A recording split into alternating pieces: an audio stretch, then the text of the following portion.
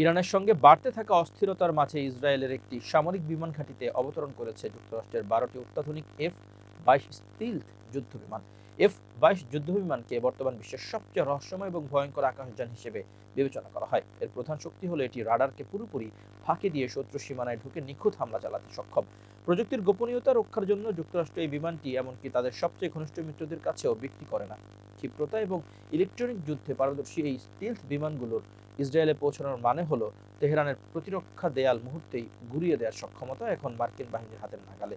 গত কয়েক সপ্তাহ ধরে যুক্তরাষ্ট্র পরিকল্পিতভাবে মধ্যপ্রাচ্যে তাদের সামরিক উপস্থিতি বাড়িয়ে চলেছে। বিশাল বিমান বাহিনী, রণতরী এবং শক্তিশালী যুদ্ধজাহাজের বহর ইতোমধ্যে এই অঞ্চলে অবস্থান নিয়েছে। এখন F-22 যুদ্ধবিমানের এই অন্তর্ভুক্তি মার্কিন সামরিক শক্তির পূর্ণতা দিচ্ছে।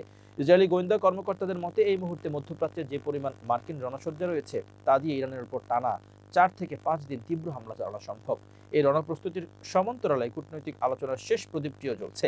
আগামী কয়েকদিনের মধ্যে সুইজারল্যান্ডের জেনেভায় যুক্তরাষ্ট্র ও ইরানের মধ্যে এক গুরুত্বপূর্ণ বৈঠক অনুষ্ঠিত হওয়ার কথা রয়েছে। কূটনীতিকরা বলছেন, যুদ্ধ শুরু হওয়ার আগে এটি হতে পারে দুই দেশের জন্য শেষ সুযোগ। যদি এই আলোচনা কোনো চুক্তিতে পৌঁছাতে ব্যর্থ হয়, তবে মার্কিন বাহিনী তাদের এই মোতায়েন করা শক্তি ব্যবহার করবে এবং ইরানে হামলা শুরু করতে পারে।